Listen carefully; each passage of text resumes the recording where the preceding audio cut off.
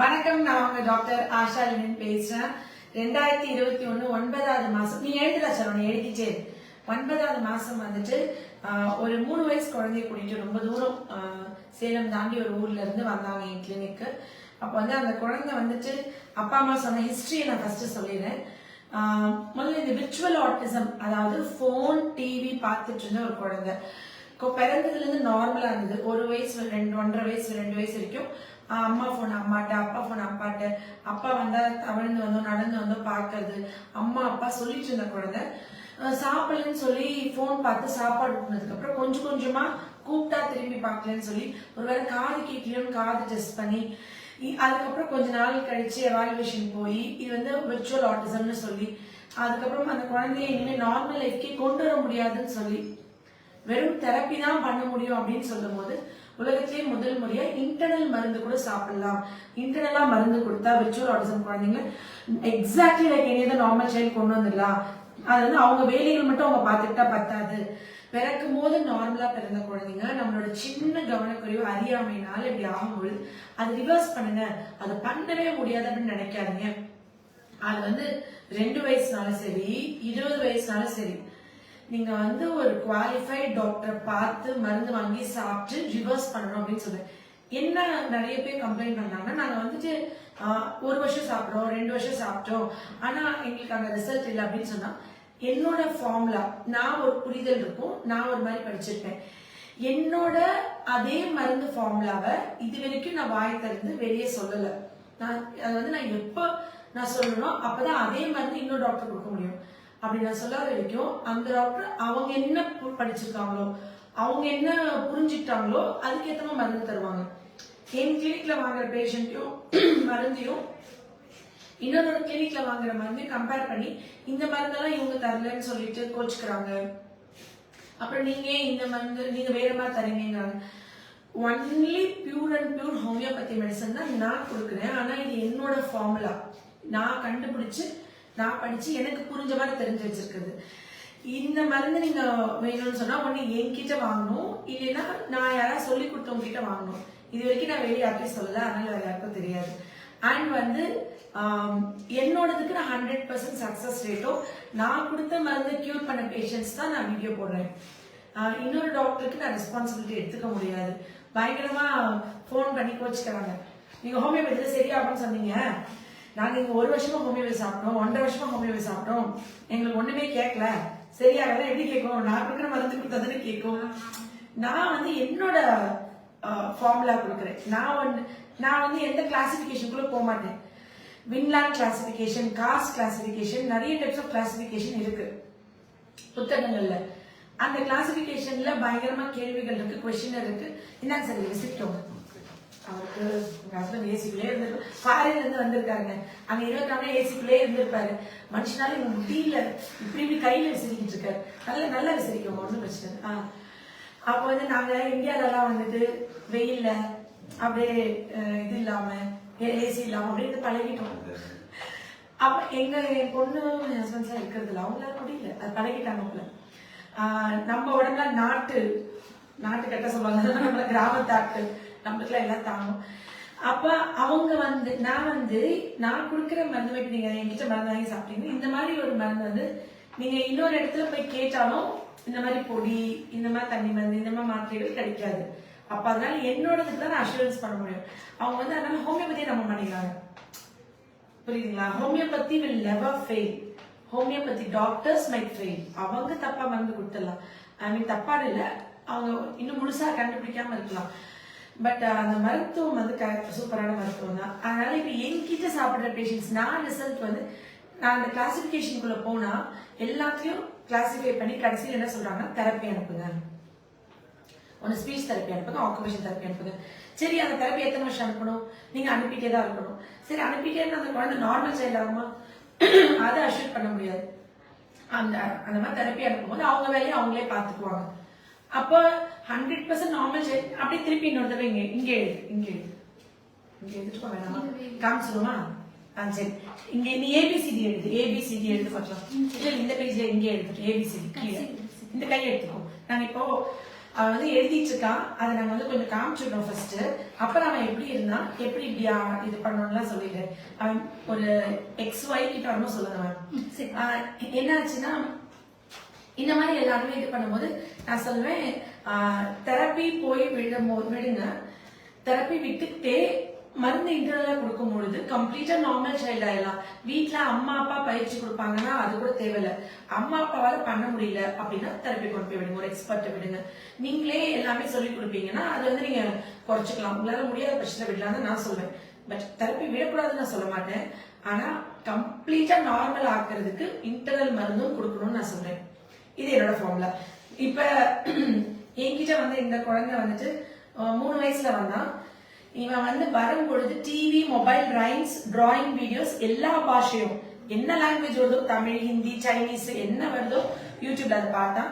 பேச்சு வரல, ஒரு வார்த்தை பேசினா, புரிதல் இல்ல, கண்ணை பார்த்து பேச மாட்டான், கூப்பிட்டா திரும்பி பார்க்க மாட்டான், முடிய பிடிச்சி இழுப்பான், கடிப்பான், கில்லுவான், பிடிவாதம் ரொம்ப இருந்தது.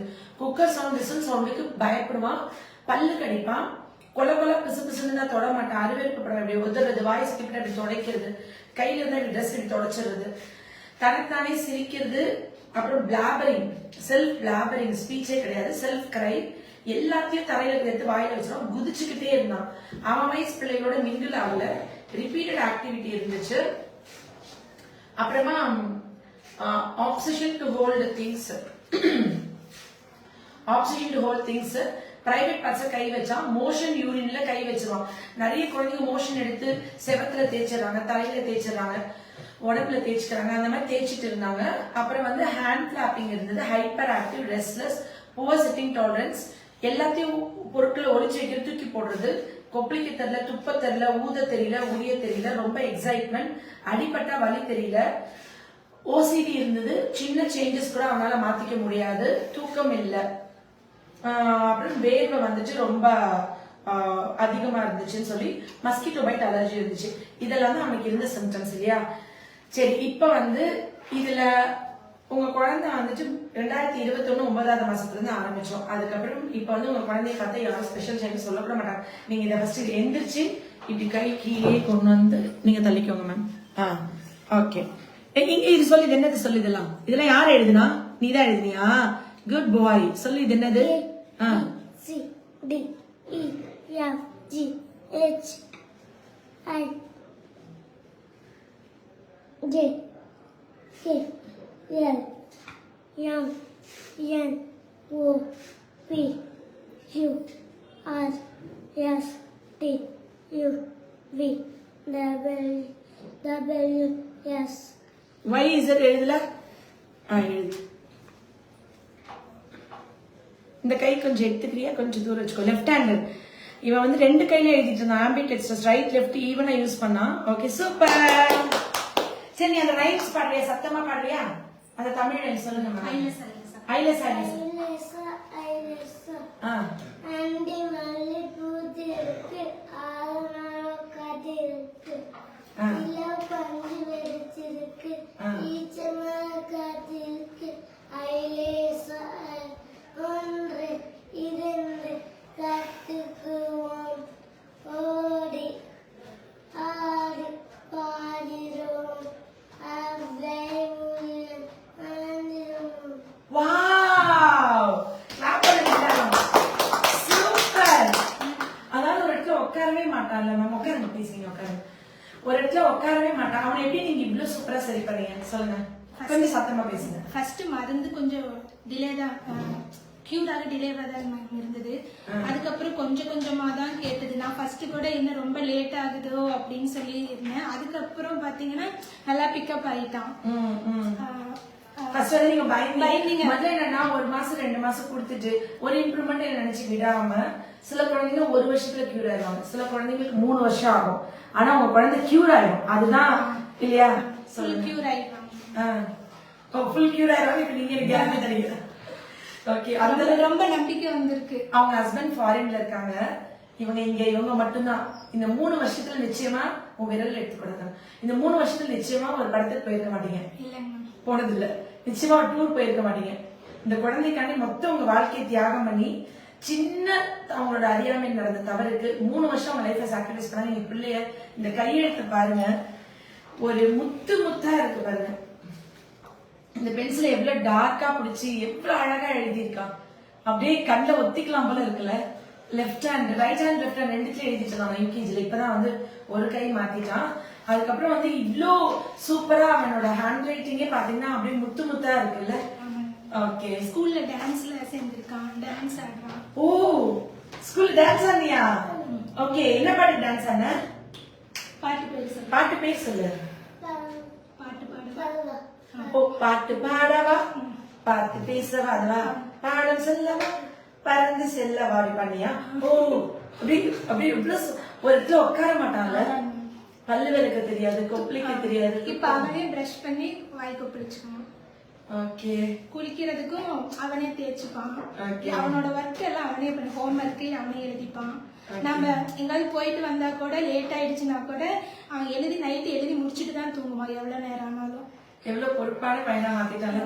நீங்க வந்துட்டு ஒரு இடத்துல உட்கார மாட்டீங்களானே, ஒரு அம்மா கூட கூப்பிடலையே அப்படின்னு சொல்லி கவலையோட இதெல்லாம் சொல்லி கொடுக்கும். ஹேண்ட் ரைட்டிங் நிறைய பேரண்ட்ஸ் வந்து மெடிசன் கொடுக்க ஆரம்பிச்சு எத்தனை மாசத்துக்கு அப்புறம் இம்ப்ரூவ்மெண்ட் சொல்லுங்க. 6 மந்த்துக்கு அப்புறம் தான் வந்து கொஞ்சம் மெடிசன் கொடுக்க ஆரம்பிச்சு 6 மந்த்ஸ்க்கு அப்புறம் தான் கொஞ்சம் கொஞ்சமா இம்ப்ரூவ்மெண்ட் ஆரம்பிச்சது. 1 இயருக்கு அப்புறம் நல்லாவே இம்ப்ரூவ் ஆயிட்டான். ஓகே. நான் கொஞ்சம் இடையில கொஞ்சம் டிலே பண்ணதுனால நடுவுல கொஞ்சம் மருந்து விட்டு விட்டு வாங்குனீங்க. ஒரு 2 இயர்ஸ்க்கு அப்புறம் விட்டதுனால கொஞ்சம் லேட் ஆயிடுச்சு. இல்லைன்னா இன்னும் கொஞ்சம் முன்னாடியே கூட 2 இயர்ஸ்லயே கூட கம்ப்ளீட் பண்ணிருக்கலாம். நீங்க தான் கேப் விட்டு வந்து கொஞ்சம் கேப் விட்டுட்டு ஹஸ்பண்ட் ஃபாரின்ல இருக்கறனால என்னால வர முடியல. அதனால சரி அப்புறம் கொஞ்சம் டிலே ஆயிடுச்சு. ஆனா நீங்க ஒரு மதரா நீங்க பெரிய விஷயம் இல்ல. எல்லாரும் இப்ப ஃபர்ஸ்ட் வந்து உங்களை என்ன சொல்லுவாங்க, மோசமா இருக்கும்போதெல்லாம் உங்களுக்கு ஏதாவது சொல்லி கொடுப்பா வீட்டுல பெரியவங்க சொல்லுவாங்க, கொஞ்சம் பையனை வெளியில விடு அந்த மாதிரி எல்லாம் நீங்க சொல்லுவாங்க. எல்லாம் வெளியே விடாம வச்சிருந்தீங்களா வீட்டுக்குள்ளேயே? கொஞ்சம் என் கூடயே இருப்பாங்க. அந்த மாதிரி இருந்தான். ஹஸ்பண்டும் ஃபாரின்ல இருக்கறனால கொஞ்சம் என் கூடயே இருப்பான். இப்ப அதுக்கப்புறம் இப்ப கொஞ்சம் ஃப்ரீயா எல்லாத்தோடையும் பழகுறான், எல்லாம் வெளியில எல்லாம் போறான். அதாவது வருஷம் ஃபுல்லா இவங்க இருந்து ரொம்ப ஹார்ட் ஒர்க் பண்ணி அவனை சரி பண்ணிருக்காங்க. அவங்க வீட்டுக்கார ஃபாரின்ல இருக்காரு, எப்பயாச்சும் தான் இந்தியா வர்றாரு. நான் அவனுக்கு விசிறிட்டு இருந்தோடனே இவர் வந்து இப்ப விசிறி இன்னைக்கு மொத்த கடமையும் கழிக்கிறாராம். இன்னைக்கு ஒரு நாள் நீங்க விசிறினால நீங்க வந்து சூப்பர் அப்பா ஆயிட மாட்டீங்க, அவங்கதான் சூப்பர் அம்மா. அவங்களுக்கு சேர்த்து விசிறுங்க, ஏன்னா சீரியஸா விசிறாரு. எனக்கு அந்த அளவுக்கு செட் ஆகாதுங்க. இல்ல அவரு பாருங்களேன், இப்ப உங்களுக்கு என்ன செய்யறதுக்கு ரெடியா இருக்காரு. மகன் இப்படி ஆக்கி கொடுத்துட்ட உடனே இல்ல மேம் ஆக்சுவலா ஒர்க்குக்கு போறேன்னு சொன்னாங்க. நாங்க வந்துட்டு சன்னை ரெடி பண்றது நமக்கு இம்பார்ட்டன்ட். சன்னை ரெடி பண்ணி கொடுத்துட்டாலே போதும் அப்படிங்கிறது. அவரு பையனுக்கு மட்டும் இப்படி வச்சு விசிறிட்டு இருந்தாரு. நான் சொன்னேன், வருஷம் ஃபுல்லா நீங்க ஃபாரின் இருக்கீங்க, தனியா இருந்து ஒரு படத்துக்கு போகாம டூர் போகாம அவளை கஷ்டப்பட்டு அவங்க சரி பண்ணிருக்காங்க. ஒய்ஃப்க்கும் சேர்த்து விசிறின உடனே இப்படி கையை திருப்பிட்டாரு. என்னன்னா வேலைக்கு போகணும், நம்ம சம்பாதிக்கணும் அப்படின்னு சொல்லும் போது காசு பணம் இல்ல நான் பாத்துக்கிறேன், நீ வேலைக்கெல்லாம் போவேனா, பிள்ளைய மட்டும் சரி பண்ணுன்னு சொன்ன அந்த மனசு ஓகே தான். ஆனா அவர் வந்து அவருக்கு ஒரு சின்ன கில்ட்டி இருக்கும் போல, நம்ம வந்து அங்க இருக்கும் பாவம் இவங்க கஷ்டப்படுறாங்க, அதனால இங்க வரும்போது எவ்வளவு சூப்பரா பாத்துக்க முடியுமோ பாத்துக்குவாங்க, சூப்பரா பாத்துக்குவாங்க. அந்த வர 1 மந்த் தான் வருவாங்க, இயர்லி ஒன்ஸ். அந்த 1 மந்த் வந்து எங்களுக்காக என்னென்ன பண்ணணுமோ எல்லாமே பண்ணுவாங்க. சூப்பர்ல. எப்படி நீங்க வந்து லவ் மேரேஜா? Love marriage, love and arrange. என்னன்னா நிறைய பேர் வந்து ஜாதகம் பாக்குறாங்க, ஜாதி பாக்குறாங்க, வசதி பாக்குறாங்க. ஆனா கடைசியில உங்க பொண்ணுதான் அதுல வாழ போகுது. அந்த பொண்ணுக்கு குணத்துக்கு ஏத்த மாதிரி ஒரு பையனா, அந்த பொண்ணுக்கு பிடிச்சிருக்கா, அந்த பொண்ணால லாங் டைம் டிராவல் பண்ண முடியும், அது பார்க்க முடியுது. லட்ச லட்சமா கோடி கோடியா செலவழிச்சு கல்யாணம் பண்ணி நகை நட்டு எல்லாம் போட்டு கடைசியில அந்த பொண்ணு டிவோர்ஸ் ஏதோ ஒண்ணு வருதுன்னா முழுக்க முழுக்க வந்து அந்த பொண்ணோட நேச்சருக்கு ஒத்து வரலன்னு அர்த்தம். எண்ட் ஆஃப் த டே வாழ போறது அந்த பொண்ணுதான். திருப்பியும் அந்த காலத்து மாதிரி சுயம்பரம் தான் வைக்கணும். ஒரு பெண்ணு தான் தன் வாழ போற ஒரு ஆளை தேர்ந்தெடுக்கணும். இந்த அரேஞ்ச் மேரேஜ் சிஸ்டம் ஏன் வந்துச்சு, எப்ப வந்துச்சு, எப்ப இந்த இதெல்லாம் மாறிச்சுன்னு தெரியல. அந்த காலத்துல சுயம்பரம் மாதிரி ஆண்கள் நிற்பாங்க. ராமனே சுயம்பரத்துல சீதை தான் தேர்ந்தெடுத்தாங்க இல்லையா? இந்த பொண்ணை நம்ம தேர்ந்தெடுக்கணும், ஏங்கி நிக்கணும். இப்படிதான் ஆண்கள். இனி இதை மாறணும். நான் வந்துட்டு அடுத்த ஒரு ஏதாவது பவர் வந்துச்சு அப்படின்னு சொன்னா நிச்சயமா வந்து சுயம்பர திருமணம்னு அனௌன்ஸ் பண்ணிடுவேன். ஏன்னா அவங்கவுங்க தேர்ந்தெடுக்கணும்ல, அவங்கவுங்க லைஃப் பார்ட்னர், அவங்க தானே வாழ போறாங்க. பிடிச்ச மாதிரி இவங்க வந்து காசு பணம் வசதி எல்லாமே வந்து ஒரு என்ன சொல்றது கல்யாணம் வரைக்கும் தான். அதுக்கப்புறம் கேரக்டர் தானே அவங்கள லைஃப் டைம் கொண்டு போகுது. அதனால அதை மாத்திக்கணும் நிச்சயமா. எனக்கு வந்து இன்னைக்கு அந்த மதரோட ஆக்சுவலி குழந்தை பென்சில் பிடிச்சி எழுதாதுன்னு சொன்ன குழந்தை இவ்வளவு எழுத வச்ச அந்த அம்மாவோட கரங்களுக்கு ஒரு ஆக்சுவலி இந்த கரங்களுக்கு தான் உண்மையாவே தேங்க்ஸ் சொல்லணும். சூப்பர் இல்ல? நீங்க அவன் தெரிஞ்சிடல. ஆக்சுவலி நீங்க ரொம்ப பெருமையா ப்ரௌடா இருக்கீங்களா? ஸ்கூல்ல என்ன சொல்றாங்க உங்க பையனை பத்தி? ரொம்ப இதான் பாசிட்டிவா பேசுவாங்க மேம். அவன் டான்ஸ்ல சேர்ந்திருக்காங்கன்னு எனக்கு இன்னும் ரொம்ப ஹாப்பி ஆயிடுச்சு. ஏன்னா அந்த அளவுக்கு இது பண்ணி ஆடுவானா அப்படின்ற ஒரு டவுட் இருந்தது. ஆடுறதே நான் பார்த்தேன். என்னோட எல்லா ஸ்பெஷல் கிட்ஸ் பேரண்ட்ஸும் அவங்க குழந்தைங்க ஸ்டேஜ்ல ஆடுறத வந்து வீடியோ எடுத்துட்டு வந்து காமிப்பாங்க. எனக்கு அப்படியே பூரிப்பா இருக்கும். நான் பார்க்கணும் மாட்டணும்னு நினைப்பாங்க. நான் ரொம்ப அத ஹாப்பியா பார்ப்பேன். நீங்க உலகம் முழுக்க எந்த மூலையில இருந்தாலும் ஒரு மருந்து இன்டர்னலா கொடுத்து ஒரு குழந்தைய குணம் பண்ண முடியும் அப்படின்னு தெரிஞ்சதுக்கு அப்புறம் தயவு செஞ்சு அதை ஒரு நாள் கூட டிலே பண்ணக்கூடாதுன்னு நான் சொல்றேன் இல்லையா? நீங்க வந்துட்டு அடுத்த வருஷம் பார்க்கலாம், 6 மாசம் பார்க்கலாம், 1 வயசான சரியாயிரும், 4 வயசான சரியாயிரும். உங்க வீட்டுக்கார 5 வயசு தான் பேசினாங்க, அதனால இவனும் லேட்டா பேசுவான், எல்லாம் ஒண்ணும் இல்லைன்னு சொல்லி அந்த ட்ரீட்மெண்ட்டை லேட் பண்ணிடுறாங்க பெரியவங்க. வீட்டுல இருக்க பெரியவங்க என்ன பண்ணிடுறாங்கன்னா நல்லா அவங்களால ஏத்துக்க முடியல, இதெல்லாம் அவங்களுக்கு புரியல, நம்ம குடும்பத்துல யாருமே இப்படி இல்ல, இது வாய்ப்பே இல்லைன்னு சொல்லி உங்களுக்கு ஒரு சின்ன சந்தேகம் வருது. கூப்பிட்டா திரும்பி பார்க்கல, சொன்னா புரிஞ்சுக்கல, உரிய தெரியல, ஒரு விஷயத்த கொப்பளிக்க தெரியல, துப்ப தெரியல, ஒரு 2 வயசுல நீங்க பாக்குறீங்கன்னா இம்மீடியட்டா அப்பாயின்மெண்ட்டை போட்டு வந்துருங்க. அது லேட் பண்ணாதீங்க. நீங்க என்ன பண்றீங்கன்னா 4 வயசான சரியாயிரும், 3 வயசான சரியாயிரும், ஸ்கூல் போனா சரியாயிரும், 5 வயசான சரியாயிரும், 4 குழந்தைங்களோட மிங்கிள் ஆனா சரியாயிரும். ஸ்கூலே விட்டீங்கன்னா கூட விர்ச்சுவல் ஆட்டிசம் குழந்தைங்க தனியா அவங்க பாட்டுக்கு அவங்க உலகத்துல ஏதாவது கத்திட்டு தனியா சிரிச்சுட்டு தனியா இது பண்ணி ஓடிட்டு இருப்பாங்க. இப்படி அடுத்த குழந்தைங்கள பார்க்க மாட்டாங்க. எப்படி உங்களை பார்க்கலையோ அதே மாதிரி இன்னொரு குழந்தைய பார்க்க மாட்டாங்க. உங்க முகத்தை எப்படி கவனிக்கலையோ, உங்களை எப்படி திரும்பி பார்க்கலையோ, உங்களை எப்படி ரெஸ்பாண்ட் பண்ணலையோ, எப்படி உங்க உலகத்துக்குள்ள வரலையோ அதே மாதிரி இன்னொருத்தவங்க உலகத்துக்குள்ளே வரமாட்டாங்க. இந்த மாதிரி நம்பிக்கை இல்லாத இடத்துல வானத்துல இருக்கிற நட்சத்திரம் போல இந்த மாதிரி அம்மாக்களுடைய அந்த வெளிச்சம் இருக்குல்ல, அது ரொம்ப பிரகாசமா இருக்கு. சம்டைம்ஸ் வந்து எனக்கு ரொம்ப பொறுமையே இல்லாம போச்சு. இப்பெல்லாம் நான் நிறைய திருத்திக்கணும்னு நினைக்கிறேன். ஏதாவது ஸ்பெஷல் சில்ட்ரன்ஸ் மாதிரி வந்து 3rd டைம் 4th டைம் ஒரு ரிசல்ட் கொண்டு வரல, நான் ரொம்ப கோச்சுக்கிறேன்.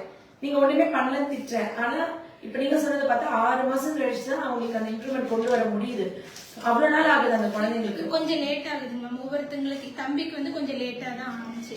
தம்பியோட ட்ரீட்மெண்ட் ஸ்டார்ட் பண்ணவங்களுக்கு கொஞ்சம் முன்னாடியே முடிஞ்சிருச்சு அவங்களுக்கு. அப்படியா? நீங்க நிறைய பேர் சேர்ந்து வந்தீங்களா? சேர்ந்து வந்தோம். ஓ, அவங்களுக்கு கொஞ்சம் முன்னாடியே முடிஞ்சிருச்சு. ஆனா தம்பிக்கு லேட் ஆச்சு. ஆனா கரெக்டா இப்ப அவங்களுக்கு பாத்தீங்கன்னா கொஞ்சம் லைட்டா கொஞ்சம் ரிவர்ஸ் ஆகுறன்றது மாதிரி சொன்னாங்க. அவங்க என்ன ட்ரீட்மெண்ட் ஃபினிஷ் பண்ணல, ரிவர்ஸ் ஆகாம இருக்க மருந்து கொடுத்து ஃபினிஷ் பண்ணல, அதனால அது இருக்கும். சரி, அவங்க வரட்டும், நான் அதை சரி பண்ணிக்கிறேன். ஆனா பாருங்க, அவங்க சீக்கிரம் இம்ப்ரூவ்மெண்ட் ஆச்சு, ஆனா அவங்க பினிஷ் பண்ணல. உங்களுக்கு இம்ப்ரூவ்மெண்ட் லேட் ஆச்சு, ஆனா அவங்களுக்கு முன்னாடி கியூர் ஆயிட்டீங்க. இந்த ஆமையும் முயலும் ஓட்டப்பந்தய கதை மாதிரிதான். முயல் வேகமா ஓடுதுன்னே பெருமைப்பட்டுக்கிறாங்க, கிடையாது. ஸ்லோவா வந்தாலும் ஆமை கடைசியில ரேசர் முடிக்குது. அந்த ஹேண்ட் ரைட்டிங் பாருங்க, அந்த ஹேண்ட் ரைட்டிங் வச்சுக்கோம். சத்தியமா எனக்குலாம் என் கையெழுத்து தலையெழுத்து மாதிரியே இருக்கும். நீங்க பாருங்களேன், அப்படியே முத்து முத்தா என்ன ஒரு அழகா பெரும் தலைவராய் பெரிய பெரிய இடத்துல கையெழுத்து போடுவான். ரொம்ப படிச்சு ஞானமான குழந்தையா ஒரு மிகப்பெரிய பதவியில போயிட்டு அவனுடைய கையெழுத்து இடணும் அப்படின்னு நான் கடவுளை வேண்டி அவனை ஆசீர்வதிக்கிறேன். ஒவ்வொரு குழந்தைங்களும் இந்த உலகத்துல இருக்கிற பிரபஞ்சத்துல இருக்கிற ஒவ்வொரு குழந்தையும் டிசர்வ் பண்றாங்க. அம்மா பசிக்குது, இல்ல பிரியாணி செஞ்சு கொடுங்க, அப்பா நம்ம வண்டியில ரவுண்ட் போலாமா, அப்பா அதை வாங்கிட்டாங்க, அம்மா இதை வாங்கிட்டாங்க, கேட்க அடம் பிடிக்க அவங்க அனுபவிக்க டிசர்வ் பண்றாங்க. அப்படி இருக்க குழந்தை அம்மா கூப்பிட்டா போதும், அப்பா கூப்பிட்டா போதும்னு நினைச்சிட்டு இருக்கிற நிலைமை மாறி இன்னைக்கு இப்படி வரும்போது ஏதோ பெருசா சாதிச்சிட்ட மாதிரி இருக்கு எனக்கு. கண்டிப்பா நிச்சயமா ரொம்ப சந்தோஷமா இருக்கு. ஃபர்ஸ்ட் இவன் பேசாதப்ப டெய்லி ரொம்ப அழுவேன், ஒரு மாதிரி இருக்குங்க. இப்ப வந்ததுக்கு அப்புறம் ரொம்ப ஹாப்பியா இருக்கு. நீங்க ஆனந்த கண்ணீர் நீ விடக்கூடாது. என்னோட மெமரி பவரும் நல்லா இருக்கு மேம். எவ்வளவு நாள் முன்னாடி நடந்ததை கேட்டா கூட நல்லா ஞாபகம் வச்சு சொல்லுவான் எதனாலும். அப்ப அறிவா இருக்காங்க. நீங்க வந்து அவனை பெருசா படிக்க வச்சு ஒரு கலெக்டரோ ஒரு டாக்டரோ ஆக்கி சமூகத்துல ஒரு இவ்வளவு ஒரு ஆக்சுவலி முதல் பார்க்கும்போது உட்கார மாட்டான், கோவப்படுவான், முடிய பிப்பான், இழுப்பான், ஓடுவான். இன்னைக்கு வந்து அவனை இவ்வளவு சாஃப்டா ஜென்டிலா யாராவது பார்த்தா கூட பிள்ளை வளர்த்த இப்படி வளர்க்கணும், நீயே வளர்த்து வச்சிருக்கிய அப்படின்னு சொல்ற மாதிரி பிள்ளைய வளர்த்துருக்காங்க. இன்னைக்கு வந்து தலை நிமிர்ந்து நிக்கிற மாதிரி நிறைய பேர் வந்து ஒரு குழந்தை ஒருத்தவங்க அவங்கவுங்க லைஃப் தான் வாழ முடியும், கம்பேர் பண்றாங்க. ரொம்ப அந்த கம்பேரிசன் ரொம்ப இருக்குல்ல இந்தியால.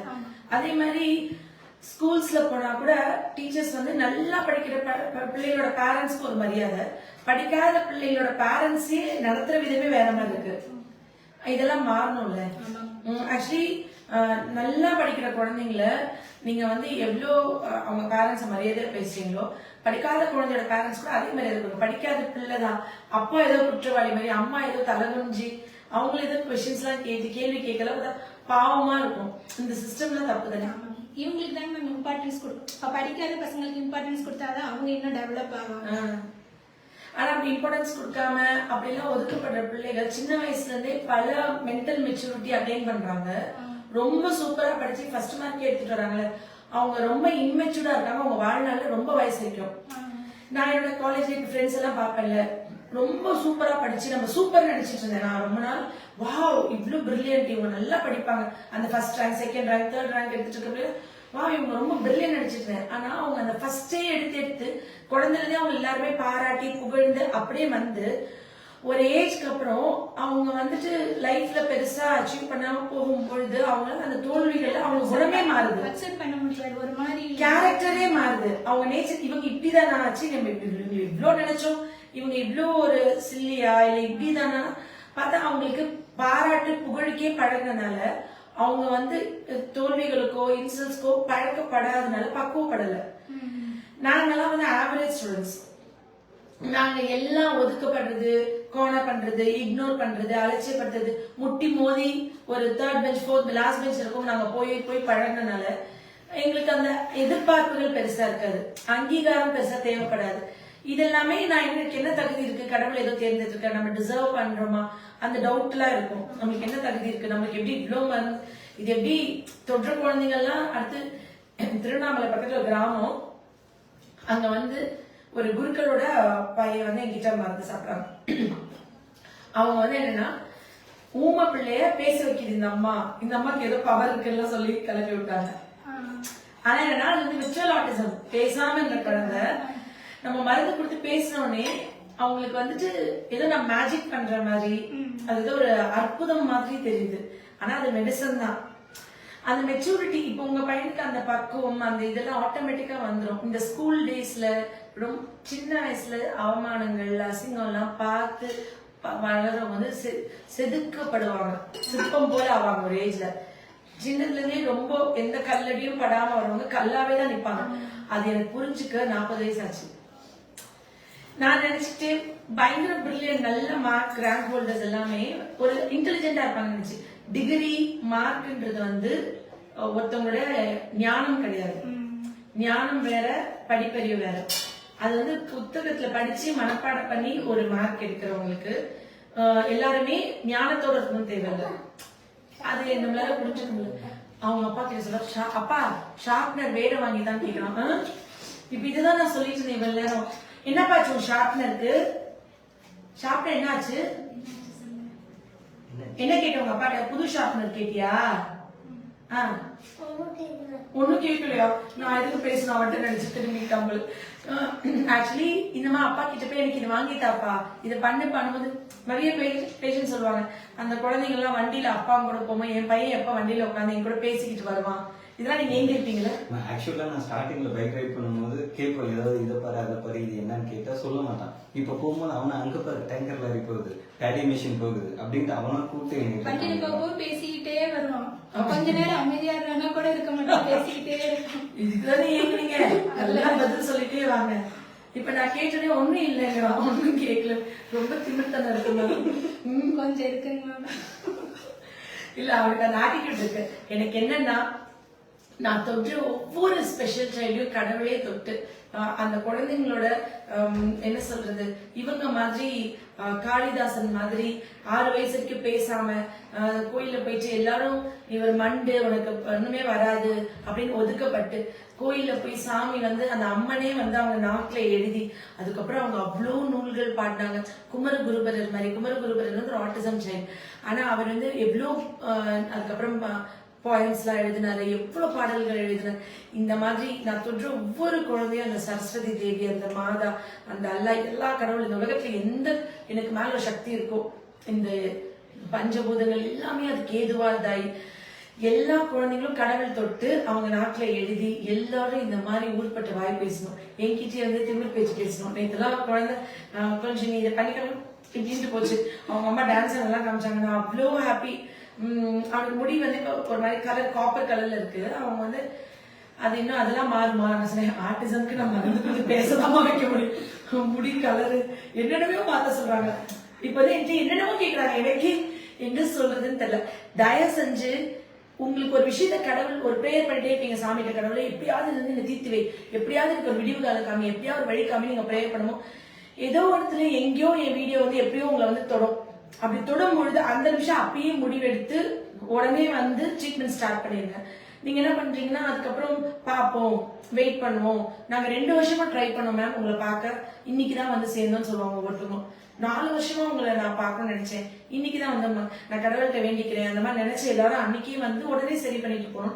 நான் தொற்ற ஒவ்வொரு பேஷண்ட்ஸும் கடவுள் அவர் கையால தொட்டு அவங்களுக்கு பரிபூர்ணமா கியூர் பண்ணி அவங்க எல்லாரும் ஒரு கலர்ஃபுல்லான பட்டர்ஃபிளைஸ் மாதிரி இந்த பிரபஞ்சத்துல அவங்க இயங்கி எல்லாம் பெரிய பெரிய ஆட்களை.